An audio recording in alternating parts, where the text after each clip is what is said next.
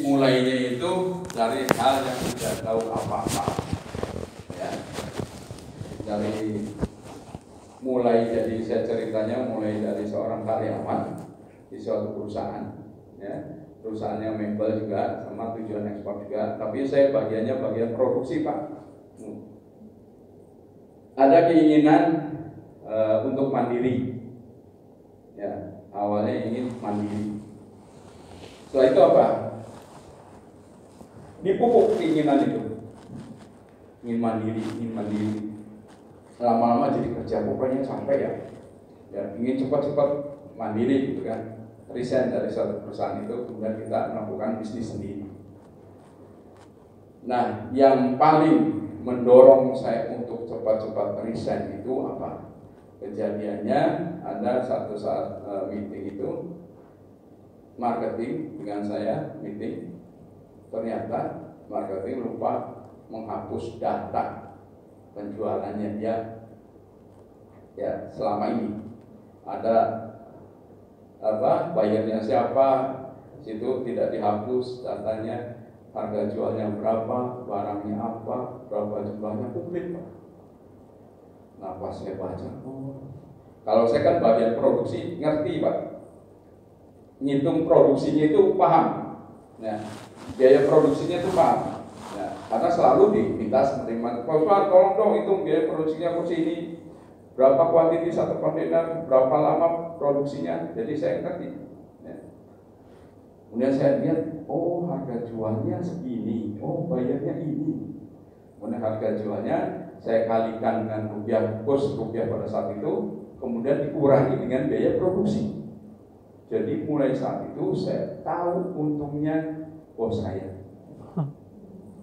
Nah, ini yang memicu saya cepat-cepat untuk resign, Pak.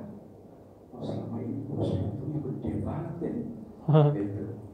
Nah, mulailah dibuat rencana, pokoknya minggu depan saya harus resign. Ya, udah semangat dari rumah ke pabrik, ketemu dengan bos. Pas ketemu dengan bos, mau ngomong resign itu beratnya minta ampun, Pak. Ingat di rumah, nanti kalau resign makan apa, sekolahnya anak-anak gimana, itu. Tapi keinginan itu terus, ini kan. Karena kalau setiap ada kontainer keluar dari pabrik, saya itu bos untung segini nih, bos untung segini. Nah, jadi hitung untungnya orang terus, Pak. Nah, lama-lama capek. Tapi karena kita ada niatan yang baik, resign saya nggak berani, malah ya, bos saya waktu itu ketemu dengan saya, Usman, mulai saat ini saya sudah tidak perlu tenaga dan pikiran yang kamu lakukan. Maksudnya apa, bos? Saya mulai hari ini, kata bos saya, mem-PHK kamu. Waduh, kata saya, dalam hati, iya, padahal saya juga pengen keluar, tapi nggak berani. Ini malah di PHK. Ujung-ujungnya keluar nggak? Sama nggak? Resign sama di PHK, ujung-ujungnya nggak keluar.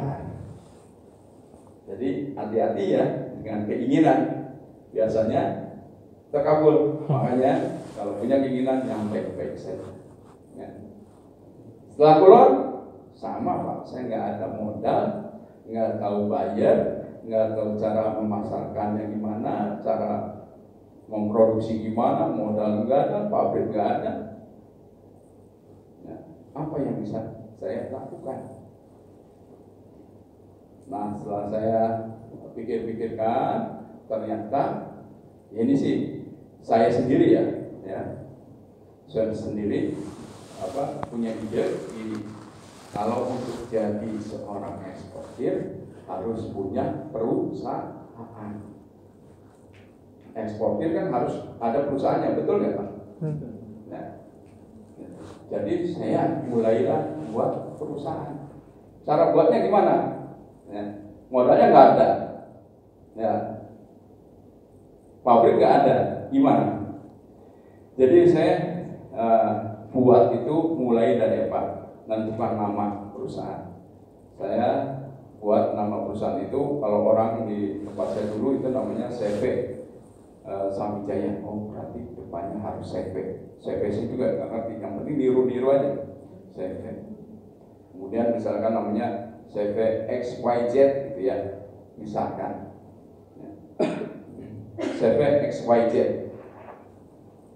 Nah, terus apa yang saya lakukan? Sudah menentukan nama, saya buat ke percetakan. Tolong dong buatkan kartu nama. Namanya apa? Perusahaannya perusahaan CV XYZ. Oke, nama lengkapnya Usman Sarif, tulis. Posisinya apa Pak Usman? Direktur, tulisnya direktur, tulis. Alamat rumah. Nomor telepon rumah. Ya. 2003 ada, nomor HP-nya ada. Ya. Nah udah, dicetaklah. Kemudian jadi Pak kartu namanya. Setiap ada orang atau teman nanyakan kegiatan saya selalu kasihkan kartu nama. Sekarang kegiatannya apa? Kerja di mana? Atau usaha apa? Saya kasih. Udah punya perusahaan, sudah jadi direktur. Nah, itu kan namanya mendeklarasikan Pak. Ya. Saya selalu tanya, tolong doakan saya di sini. Begitu. Ya. Setiap ada yang tanya tentang kegiatan saya kasih kartu namanya. Dan orang Indonesia itu baik-baik. Karena setiap orang yang saya kasih kartu nama, tidak ada yang menanyakan, Usman, ini siupnya ada enggak? Usman, ini NPWP-nya ada enggak? Perusahaan ini? Enggak ada yang menanyakan itu Pak. Coba aja ya, kalau percaya, Bapak pulang dari sini, bikin kartu nama, sebar-sebarkan ke tangga-tangga. Ada yang nanyakan legalitas perusahaan kita enggak? Coba aja. Nah ini salah satu keuntungan. Ya. Jadi kita memiliki perusahaan dengan hanya modal kartu nama 25.000. Tapi kita sudah punya perusahaan, posisinya direktur, hebatnya. Nah, gitu. Selanjutnya apa yang kita lakukan? Mencari pembeli. Gimana mencari pembelinya? 2003 itu tidak secanggih sekarang internetnya atau media sosialnya. Jadi otomatis saya harus cari tahu informasi gimana sih pertemuan antara eksportir dan importir. Oh ternyata ada di pameran. Jadi saya cari informasi pameran yang kelasnya internasional. Jadi adanya hanya di Jakarta sampai saat ini Pak. Pameran yang kelasnya internasional itu hanya ada di Jakarta. Pernah dicoba di Surabaya gagal, pernah di Jogja gagal, di Bandung gagal.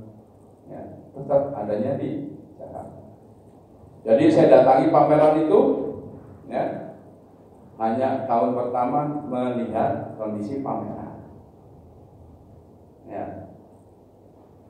Saya punya modal untuk mengikuti pameran belum, ya. Karena perusahaan juga masih sebatas kartu.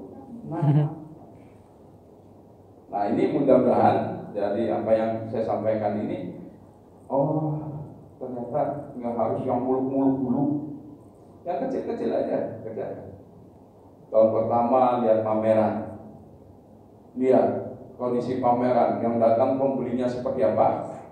Bayar-bayarnya seperti apa yang datang, kemudian yang ikut pamerannya dilihat sebanyak apa yang ikut pamerannya, sebagus apa barang-barang yang dipamerkan. Iya. Jadi kita akan tahu, oh gila mereka sudah seperti ini melangkahnya, barang-barangnya bagus. Atau misalkan Bapak Ibu datang, oh ternyata barang yang saya rencanakan ekspor itu sudah ada yang memasarkannya. Jadi kita akan terbuka wawasannya. Datangi pameran. Ya. Benar apa? Apa saya langsung pesan stand untuk tahun berikutnya? Enggak, Pak. Stand itu mahal. Ya kalau saya pesan stand pasti ditanya, Bosman siupnya mana? NPWP-nya berapa? Nah sebentar saya belum ada. Itu belum ada, modal belum ada, segala macam. Saya lihat di pameran itu ada yang bagi-bagi katalog, betul nggak? Kalau di pameran bagi katalog. Dan saya hanya bisa melakukan hal itu. Jadi tahun depannya saya datangi karena pameran itu hanya 1 tahun sekali. Nunggu tahun berikutnya saya datangi lagi, tapi saya datang itu dengan bawa katalog. Karena saya belum bisa memproduksi barang, jadi saya ambil barang-barang yang ada di toko-toko pinggir jalan. Foto, kemudian dibuatkan katalog. Nah ini cobaannya. Nah, karena asal-asalan. Hari pertama pameran itu, ya, saya sebar-sebar katalog. Itu di luar ekspektasi saya. Ternyata katalognya saya banyak yang nolak, Pak. Saya kasih itu, no thank you, itu aja. Hari kedua, hari pertama sabar. Kayaknya besok ada ini nih, ya, ada kemungkinan katalog saya terima. Hari kedua sama. Sampai hari keempat katalognya saya masih utuh. Ya. Tapi kalau saya jalan-jalan ke setiap stand, oh ada itu tanda tangan PO, ada yang nanya itu, oh wah macam-macam. Jadi saya kembali lagi, mungkin saya salah katalognya. Jadi tahun berikutnya saya rencanakan harus datang ke sini, minimal saya harus ada barang yang saya buat. Jadi saya tetapkan riset kecil-kecilan, barang tahun depan itu yang namanya seperti apa, saya buatkan. Di sana kan banyak kombinasi industri ya. Saya minta bikin sampel. Saya bikin 5 sampel. Saya bikin foto yang bagus, katalog yang bagus. Saya kasih harganya. Saya ingat, saya belum bisa menentukan harga jual seperti apa. Saya ingat, saya produksinya segini. Waktu saya dulu kerja, dijual $1 dolar. Oh, cuma ngikutin itu dulu. Padahal sih nggak seperti itu ya, aslinya. Nah, setelah itu, datanya lengkap. Saya sewa mobil bak. Saya datang lagi ke pameran Jakarta. Nah ini kan udah bertahun-tahun Pak, nah prosesnya. Kemudian saya datangi pameran dengan membawa sampel tadi, ya, saya pasarkan. Pameran itu 4 hari. Hari pertama ini lebih baik dari tahun kemarin. Banyak yang terima katalog, mau. Dan mati ini udah senang Pak. Ya, padahal sih sebelum datang sini ada kayak tahun kemarin. Laku nggak di katalognya saya kan gitu. Ya ada rasa pesimis ada. Tahu hari pertama bagus namanya. Ya, hari kedua itu pecah telurnya Pak. Atau orang bilang pecah telur. Ada yang tertarik. Usman, ini saya lihat kursi kamu yang nomor 2 bagus nih. Ada barangnya nggak? Ada kata saya. Bisa saya lihat? Bisa. Langsung dia tanya, ayo kita ke standnya kamu, di mana standnya kamu? Waduh Pak, tanya stand. Ya, kalau saya mau jujur, ya nggak mungkin saya jujur ya. Stand saya kan ada di tempat parkir Pak.